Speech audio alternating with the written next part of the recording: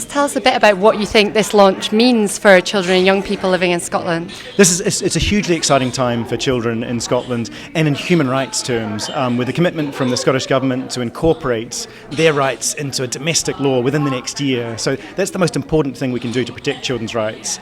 And so the Observatory, coming together our amazing civil society organisations, world-class academics and actual children and young people from the Children's Parliament and the Youth Parliament all coming together to say, how can we be more strategic? How can we make rights real for children and young people and address things like poverty, like mental health for children, to celebrate some of the successes and learn from them, but also to really highlight how we can make a difference and how we can use the law and use the research to change children's lives and families' lives.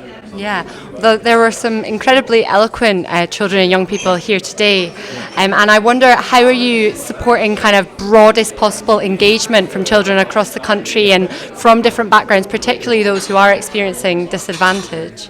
So there's over 1 million children across Scotland. They don't have the same political rights as adults, they don't have the same economic power as adults, and they often find it really hard to access decision making. So actually the obligation's on us adults. Anyone who's got power or makes decisions has a special obligation to actually go to children and get their views. And so that's what we all need to be thinking about, how we can do that.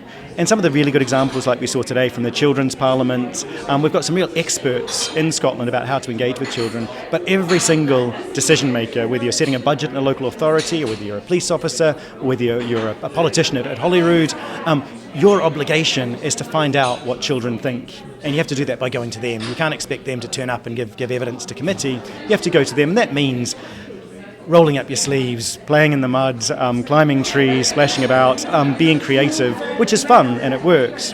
But it's not just about the fun, it's about getting that lived experience from children and young people, because only then are you going to make the right decision.